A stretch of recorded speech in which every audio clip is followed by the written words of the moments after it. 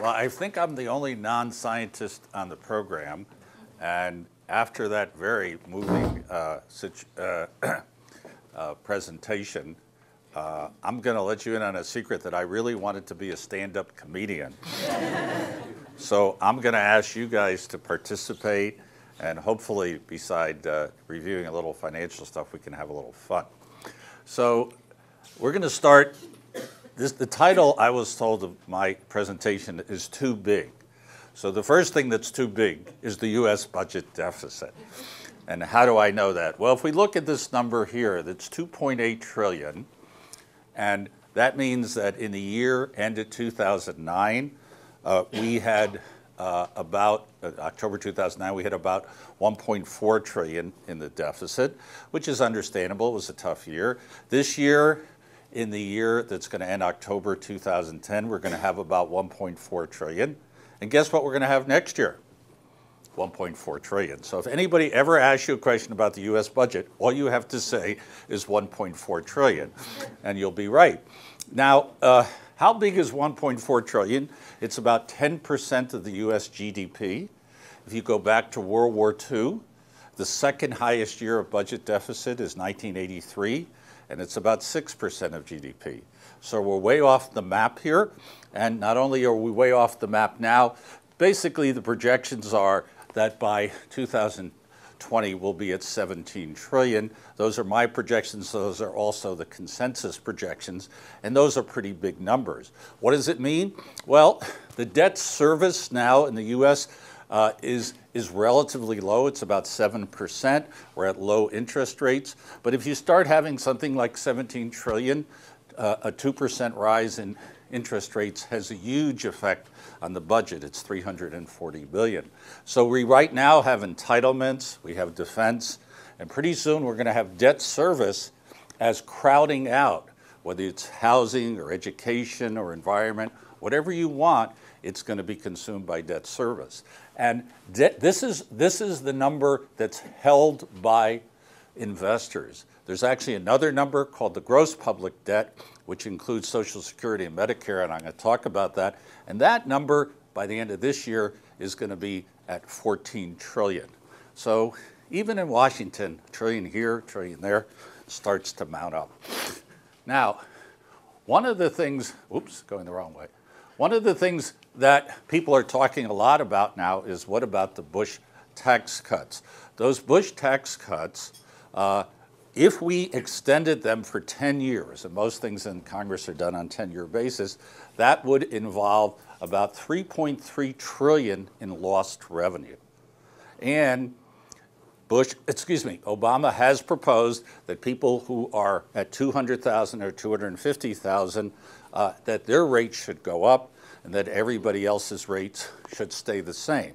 So essentially, we'd be reversing those tax cuts only for that group of people. Does anyone know how many people make 200 or 250,000? Anyone want to guess? We get some bids from the audience here. Yes? Like 1%? No, it's actually a little higher. It's about 2.3%. That's the total. So that's a very small group of people. And if we said to those people, your taxes are going to go up, but everybody else is going to stay the same, and that seems to be the political consensus. Neither Democrats nor Republicans want taxes to go up for anybody but that 2 or 3%. That would only cut off about 600 or 700 billion from that 3.3 trillion number. So any of these scenarios actually means they're going to have a lot less revenues, and those numbers that I gave you might be too optimistic because those numbers don't build in all of these changes. What are the three possibilities? One is probably the most likely that we'll extend the cuts only for the lower and middle earners. Another one is we do nothing and that all these cuts expire, which means taxes rise for everybody. And the third, which probably I think is going to happen, is we'll punt. Basically, Congress will decide to keep the status quo for another year or two and let somebody else make the decision. Now, people say, well, can we solve this deficit problem by taxing more people who are deemed to be in this rich category, 200 or 250,000? So I'm now at the Brookings Institute. I go occasionally there, and I ask people to say, if we only brought up their rate and we tried to solve the budget deficit problem through bringing up their rate to move the deficit down to about 3% of GDP, how much would that rate have to be? And it turns out that it would have to be in the 70% range. So I think for those of you who make more than that, don't fall off your chairs, it just shows that we can't do this through taxes alone. We probably aren't going to even do what we could in taxes because at best we're going to have maybe 600 or 700 billion. But if we keep trying to tax just the rich, there just aren't enough rich people and to have a rate of over 70%. So what do we have to do? So we really have to deal with spending. And the first thing that we would want to talk about is Social Security. Now, we're going to talk about healthcare in a second, and people say to me all the time, well, Social Security is not as big as Medicare, and they're right. But the difference is we actually know how to solve the problem of Social Security. We don't know how to solve the problem of healthcare. So in my view, we should try to solve what we can solve. And here's the issue. Social Security now has a long-term deficit with a present value of about 4.7 trillion. That means if we wanted to close it today, we'd have to find 4.7 trillion and invest it for 75 years. Now, most people think of Social Security as price indexed. By price indexed, I mean if you or your mother has Social Security and prices go up in the United States, then you get a little more the next year. That's what price indexed is. But in one respect, Social Security is not price indexed, and that's initially. When you get your initial benefits from Social Security, we look at your career earnings, and then we increase them not by the amount that prices have gone up in your career, by the amount that wages have gone up in your career. And the result is that we actually go a lot further. Here's a quick question for one of you. You'll get an extra brownie if you get the answer to this question. If today the only reform we made was to say initial benefits will be indexed to prices rather than wages, which actually most people think is true, how much of the $4.7 trillion deficit do you think we would wipe out? Does anyone try the number? What do you think? No number? Give me a percentage. Half. It's higher. Anyone? 75%? 100%. Turns out the number's 100%. We would wipe out 100% of the deficit if we did that because wages on average rise about 1% faster than prices a year. So should we do that? In my proposal, for the low wage earners who only have Social Security, I would keep wage indexing them. For the high earners, I would price index them so their benefits would grow. And for the middle earners, we do a combination of both. This brings down the long-term deficit of Social Security from about 4.7 trillion to 1.2 trillion, and we can do it. We'd phase it in over time. It wouldn't affect anybody whose benefits now, who is in retirement now, and we could do it. Now, a much harder problem is healthcare. I was involved in Massachusetts with getting the individual mandate, and I support universal health. But I think the cost control is really not there. We're seeing it in Massachusetts. We're seeing it nationally. This bill that passed Congress was reported to be budget neutral. That means that the revenue raised was roughly equal to the expenditures. But the largest savings here is in Medicare, $463 billion over 10 years. What that means is it says in the law that every year doctors' fees for Medicare should go down somewhere between 7 and 10%. Who do we have here as doctors in the audience? I know we have a few doctors. So do you think that's realistic that we're going to reduce doctors' fees by 7 to 10% a year? Okay. Every year for the last 5 years, when it's come up, Congress has decided not to do it. And you know what's going to happen in the next 5 years? They're not going to do it. So this number, $463 billion, is really ephemeral. It's not really there. And if you take that number out, even if you say it's only $400 billion, then all of a sudden you're $400 billion in the hole. So that's not a good thing. And there are a lot of things that we could do to control costs that were originally in the bill, but they all got either watered down or taken out. And so we really need to come to grips with that. In Massachusetts, I've been spending time here, and here are just two quick ideas that could really bring down costs. In Massachusetts, we're about $200 or $300 million a year over budget. One is, in Massachusetts, as in many states, we require that you have mandatory coverages. So if you go from uninsured in Massachusetts to be insured for the first time, you have to buy all of mandatory coverages. You have to buy chiropractic. You have to get in vitro fertilization. You have no choice not to get it. And that drives up healthcare costs. People argue somewhere between 3 and 10%. The other thing is we have huge differentials between cost. Cost like for an MRI, the difference is $800 to $400. For a normal birth, some hospitals charge $3,000. Other hospitals charge $1,800. And these are not like second-rate hospitals. These are quite good hospitals. But none of us know about that, or very few, because we don't pay it. So one idea is let's tell people what they are and have a different copayment, a higher copayment. If you want to go to a very high-cost hospital, you pay a higher copayment than someone who doesn't. And that would have a huge effect. I can assure you those hospitals that are charging so much for health care now would all of a sudden decide that maybe they ought to go down a little. Okay, now, last part of this short talk has to do with another big thing, too big to fail.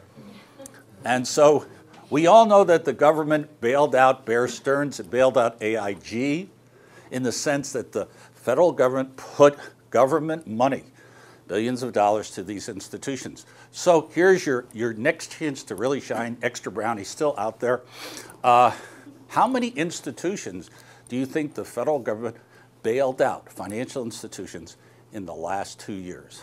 Anyone want to take a guess? 15. Anyone? So we have a theory of too big to fail. 15 feels about, are there 15 institutions? 100. It's much higher. Turns out the number is 670. There are 670 institutions that we put federal capital in, and now probably about 500 of them haven't paid it back yet, and it's there. And how did this happen? Well, how many of you have seen the movie The Godfather? Well, Hank Paulson was Treasury Secretary, and he thought he was Marlon Brando. So he brought all the big banks to his office, and he said to them, I have an offer you can't refuse. And he gave out billions of dollars. And then, of course, when he gave out all those monies to the big banks, the small banks came in and said, well, what are we, chicken liver? We don't even know how to spell the word derivative. How come we're not getting money? And out of those 670, there are 250 institutions that got money because they were small. So contrary to the theme here, this is a new theory called too small to fail. And it just shows you that as a country, we really need to figure out, well, why are we bailing out institutions? What is it that makes us want to bail them out? Why did we bail out American Express? We gave them $3 billion. If American Express had gone bankrupt, it would not have been a good thing. The question is, would it have destroyed the whole economy? In my view, there are a limited number of institutions that we probably have to bail out, but I tend to agree with you. It looks more like 15 than it does like 670. But if you wait till the Saturday night that you have a panic, then you'll basically bail out everybody in sight. So we need to decide in advance, why are we bailing out institutions, and have a transparent process by which we do it. Now, the small guy, this is the main thing, is the small guy has always gotten the short stick, and people say, well, what's happening now? And this is, for the first time, it was just passed last week, we are now having some assistance to the small guy. We have a $300 billion fund to encourage bank community lending, and we have a number of tax breaks for the small guy in the economy. So what do we need to do here?